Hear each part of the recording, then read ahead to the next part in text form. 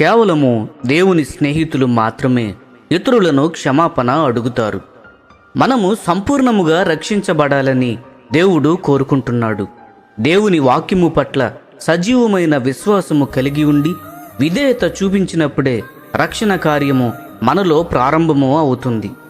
ఉదాహరణకు మనము చూసినట్లయితే ఈనాడు ఎంతమంది తమ్మును తాము తగ్గించుకొనుటకు ఆసక్తి కలిగి ఉన్నారని మీరు అనుకుంటున్నారు? లూకాసు వార్త 18వ అధ్యాయము 14వ వచనము గమనించండి. అసలు నేడు ఎవరైనా దేని గురించైనా ఏ ఒక్కరినైనా క్షమాపణ అడుగుతున్నారా? దాదాపుగా ఎవరు అడగడము లేదు. ఇతరులను క్షమాపణ అడిగితే వారి చేత తక్కువ అంచనా వేయబడతారని వీరు అనుకుంటారు.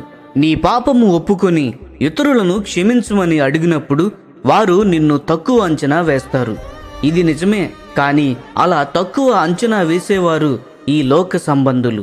ఇలాంటి వారి చేత నీవు తక్కువగా అంచనా వేయబడినప్పుడు నిశ్చయముగా దేవుని దృష్టిలో హెచ్చింపబడతావు. ఈ గ్రహింపశక్యము కాని ఆలోచన నేడు మనుషులలో లేదు.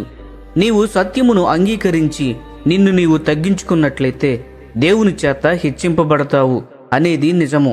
కాబట్టి నిన్ను అగౌరవపరిచే బుద్ధిహీనులను మరిచిపో, ఎందుకంటే నీవు దేవుని చేత గణపరచబడతావు.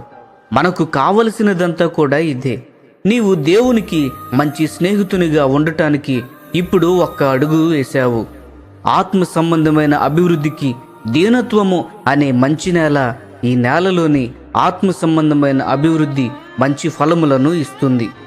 ప్రియ స్నేహితులారా, మనలను మనము తగ్గించుకొని ఇతరులను క్షమాపణ అడుగుటకు మనకు సహాయము చేయమని, ఆ మనస్సు ఇవ్వమని మనము ప్రార్థించదము.